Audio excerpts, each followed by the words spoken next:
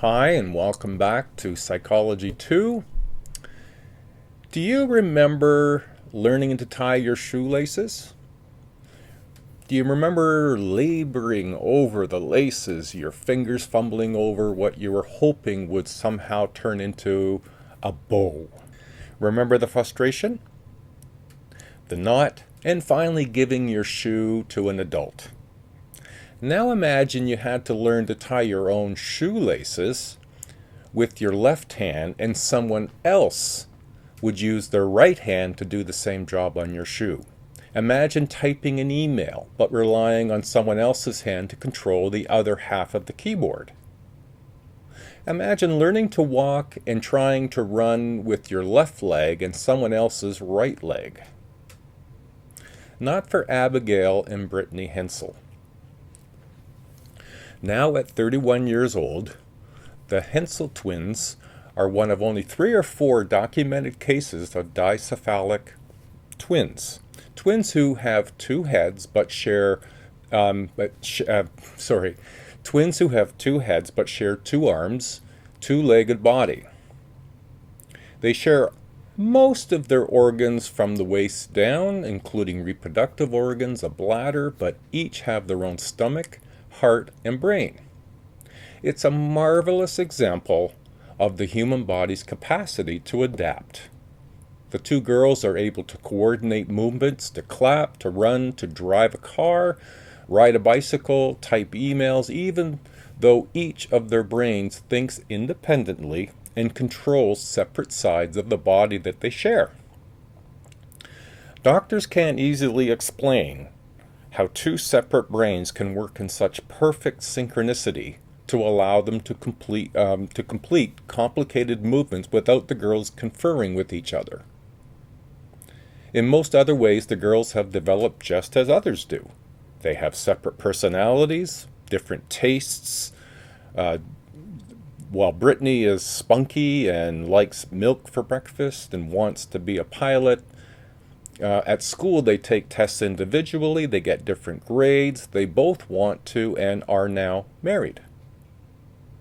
Abby and Brittany's coordination, as well as their unique qualities, are of interest to psychologists who often explore the question of biological and environmental differences as we developed into who we are. As identical twins, Abby and Brittany have identical genes and as dicephalic twins, they also have identical environments. Abby and Brittany throw a curve at us when we consider cognition, especially and specifically language and intelligence generally. So in terms of their cognition, 2 brains managing one body is the challenge there. Language and intelligence, well, that's kind of typical in terms of individuals. So in part 1, we're going to be looking at thinking. It's also, when you think thinking, it's also known as cognition. Thinking may be defined as paying attention to information, representing it mentally, reasoning about it, and making judgments and decisions about it. Thinking is conscious, planned attempts to make sense of the world. So even though we use the word thinking, in many circumstances, do we really know the mechanics of thinking? There are 2 primary tools we need in order to think, and we use our cognition skills.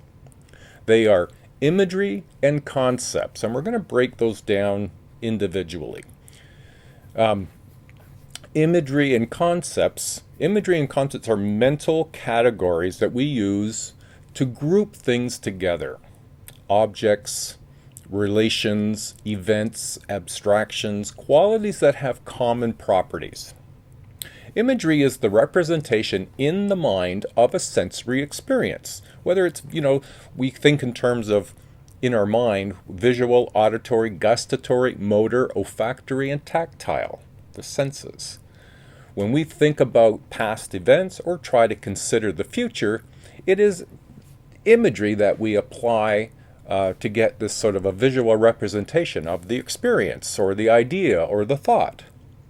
We can move these images around in our mind. This is to better to better understand, to manipulate for creativity, or to organize, to use, to remember, and retrieve at a later time. Now we can describe what we imagined in our mind. Imagery first.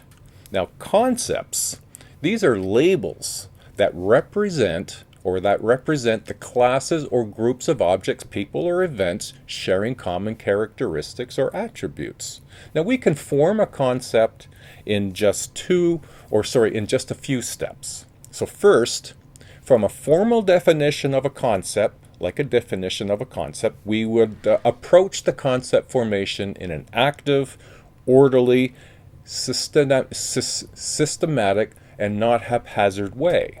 And then secondly, by systematically memorizing features or attributes common to members of a concept, as in a formal classification system.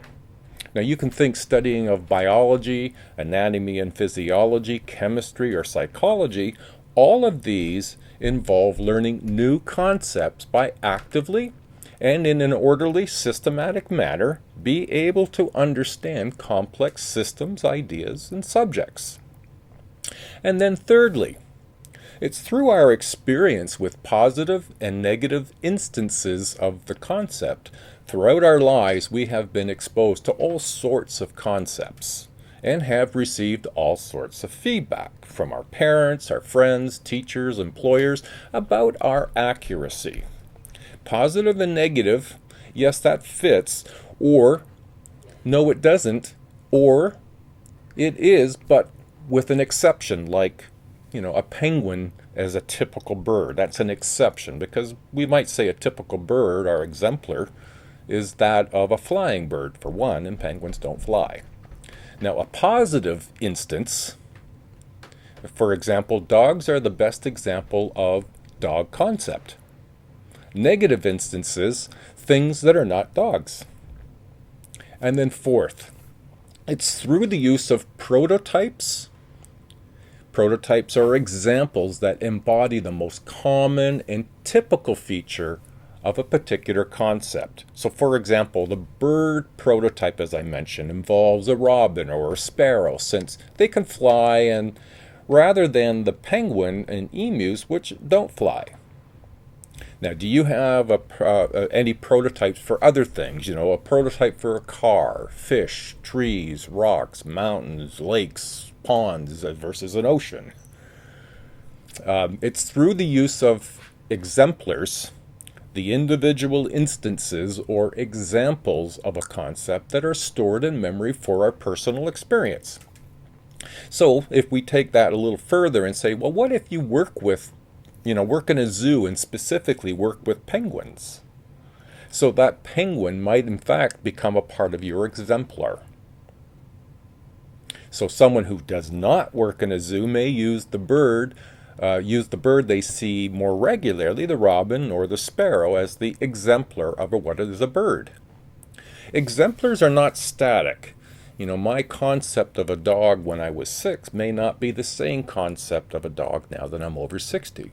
Exemplars are not static. They are dynamic, and as we can and do update our exemplars, we gain new concepts or examples. Now, the term overextension is an over-inclusion of instances in a category. So, for example, and you see this a lot with children as they learn the concepts, when a child is referring to horses as dogs. Some similar characteristics, they have foreleg and fur, however, we clearly know that a horse is not a dog.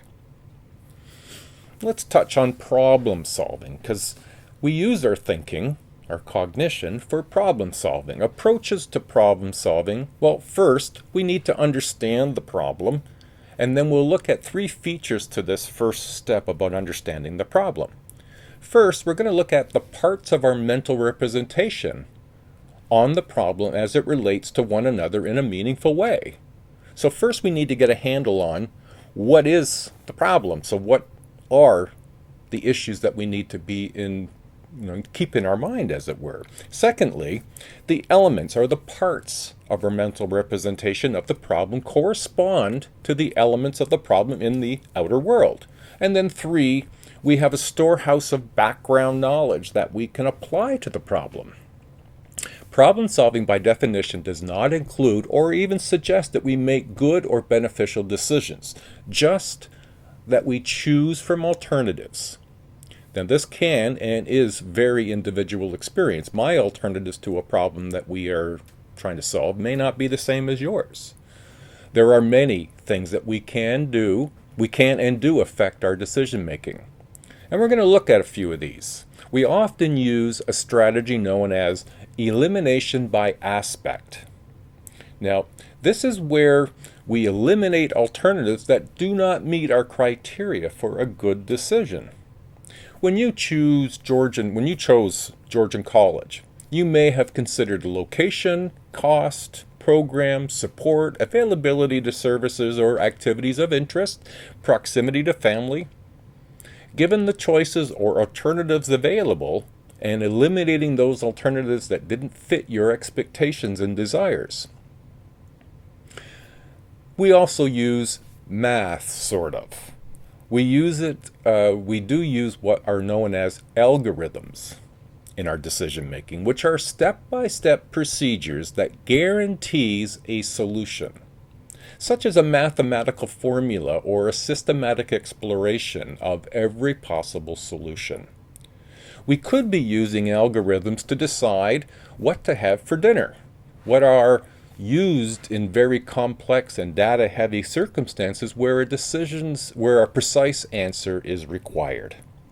Now, doing a Google search for something specific, a topic, Google uses algorithms to personalize your results.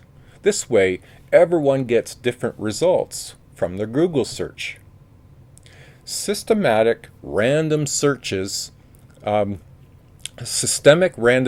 algorithms are every possible combination is examined. Now, there's another term that we use that is still within our decision making and problem solving, and that is what is known as heuristics. So those are heuristics. So we use heuristics. These are rules of thumb. If you wondered what that means, that is derived from the experiences and used in decision making and problem solving, even though there is no guarantee of their accuracy or usefulness. Heuristics permit more rapid solutions. There are many different heuristics. I'm just going to offer two of them that are in your textbook. Means and ends analysis.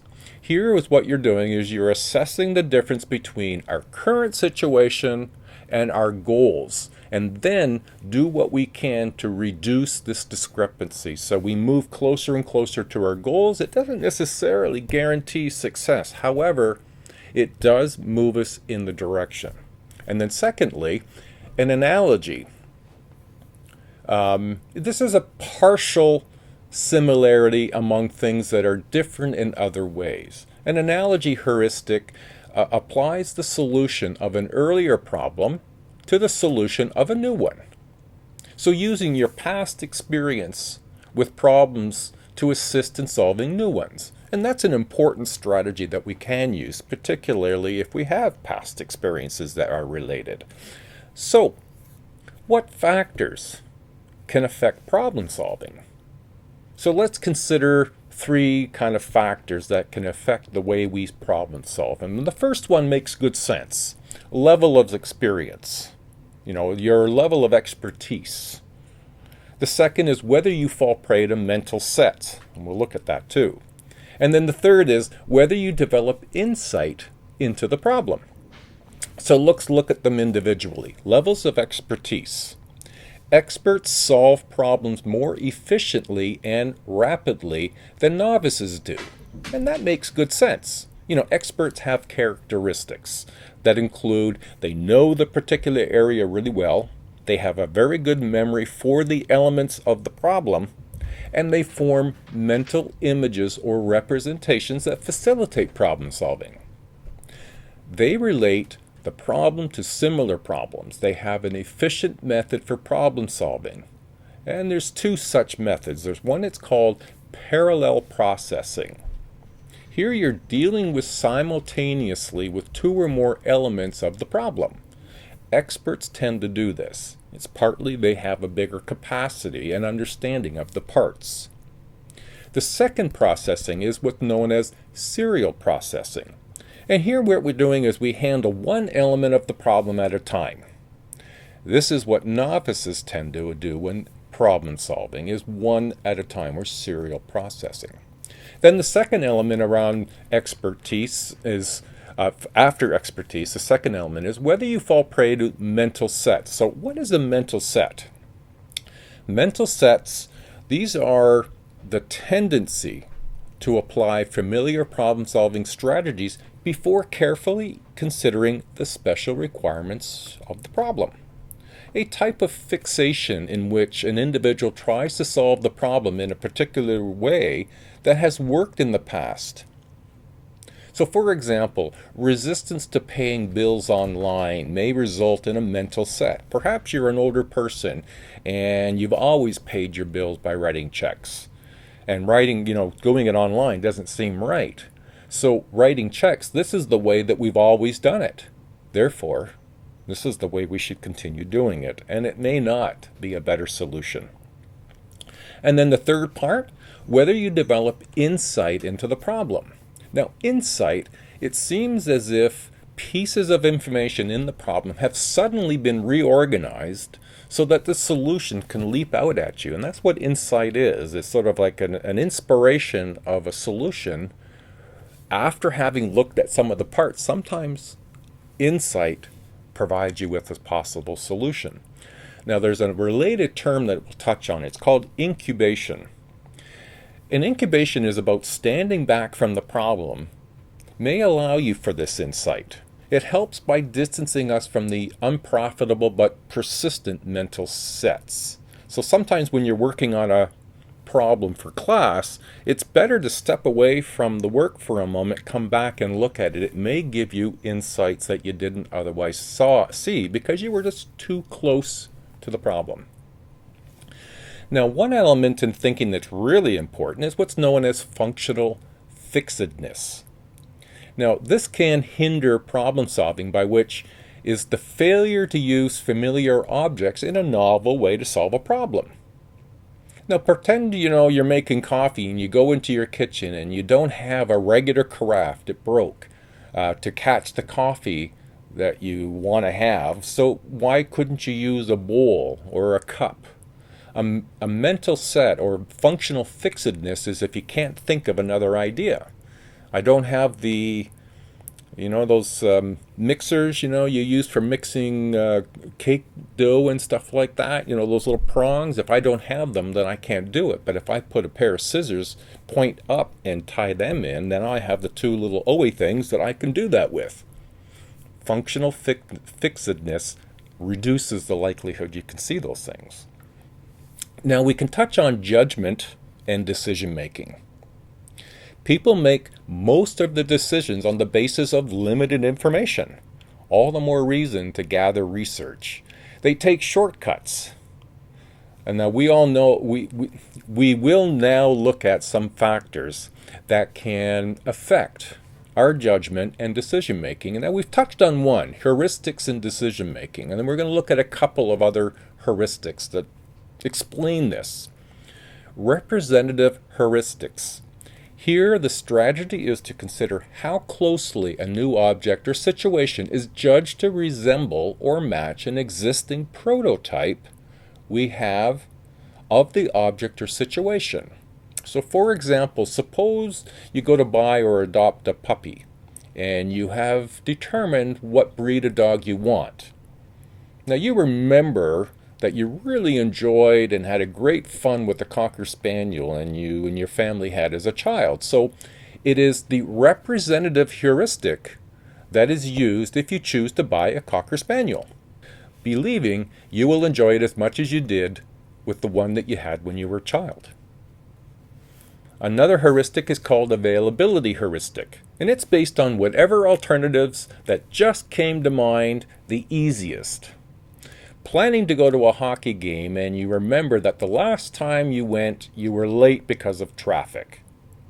So you might decide to take a different route than the last time, even if you don't check to see if the traffic report indicates there's any traffic to avoid.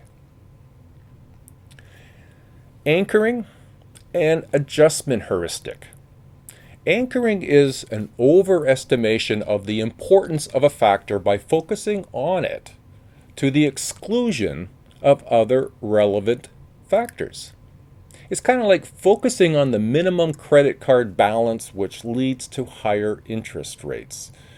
We have an initial view or presumption that is the anchor, and any additional information that is gained, we may adjust, but we may adjust grudgingly. So let's touch on another one. It's called the framing effect. And this is one way to sort of see old information in a new way. The framing effect refers to the way in which wording or the context in which information is presented can influence our decision making. Framing a decision to attend post-secondary education may be positive framing. It will set me up for my career choice. I can meet new friends, be able to have a career rather than a job to support me later. Or negative framing, where what is considered is the cost of education, moving away from family and friends, being, too much change. It'll be stressful and overwhelming. Either way, it is post-secondary, and our point of view on it, the good and the bad. Framing is similar to positive or negative points of view towards a choice. You can go either way or consider both sides. Now, what can happen in some of our problem solving is overconfidence. Overconfidence applies to judgments. Many people, even in the face of statistical evidence that showed them to be flawed, 2020 hindsight, we knew it all along. There were several reasons for overconfidence. One is that we tend to be unaware of how flimsy our assumptions can be. We tend to focus on examples that confirm our judgments and ignore those that do not. And because of our working memories have limited space, we tend to forget information that runs counter to our judgments. We work to bring about events we believe in so they can sometimes be self-fulfilling prophecies. Now, what we will complete that will complete our first concept, thinking. We'll now move into intelligence. We're going to touch briefly here on intelligence, the concept of intelligence. Intelligence is closely related to thinking, underlying ability to understand the world and to cope with its challenges. By definition, intelligence is the an individual's ability to understand complex ideas, to adapt effectively to the environment, and to learn from experience, to engage in various forms of reasoning, and to overcome obstacles by taking thought. So let's look at some of the theories of intelligence. And we'll start with the introduction of exploration into intelligence and what's called the factor theories. Factor theories argue that intelligence is made up of a number of mental abilities ranging from 1 to 100. Charles Spearman, he suggested that intelligence has an underlying factor called G for general intelligence. And G is a broad reasoning and problem-solving skills. Now, some people have relatively superior in some areas, and that would be an S factor for specific abilities. Spearman used factor analysis as a statistical technique to test his views. Spearman's influence is seen in the intelligence tests such as the Stanford Binet that yields 1 IQ score to indicate the level of general intelligence. Following Spearman, Louis Thurstone, he used factor analysis and suggested 8 specific factors which he labeled primary mental abilities, and they included visual and spatial abilities, perceptual speed, numerical ability, verbal meaning, memory, word fluency, deductive reasoning, and inductive reasoning. Now, Thurstone believed that a single IQ score obscured more than it revealed. They suggested that a profile showing relative strength and weaknesses on the 8 primary abilities would be much more accurate picture of a person's mental ability. Much later, a theory of multiple intelligence emerged. Howard Gardner proposed that intelligence is composed of different kinds of intelligence. He proposed that each intelligence has its own neurological base in a different area of the brain. Gardner believes that there are 8 independent and equally important types of intelligence, or frames of mind. These intelligences include linguistic, logical mathematic, bodily kinesthetic, musical, spatial relations, and 2 kinds of personal intelligence. One is interpersonal and the other is intrapersonal. Then there's naturalist and existential. Now, critics of Gardner's view wonder if special talents really are intelligence or special talents. It's still being debated. The triarchic.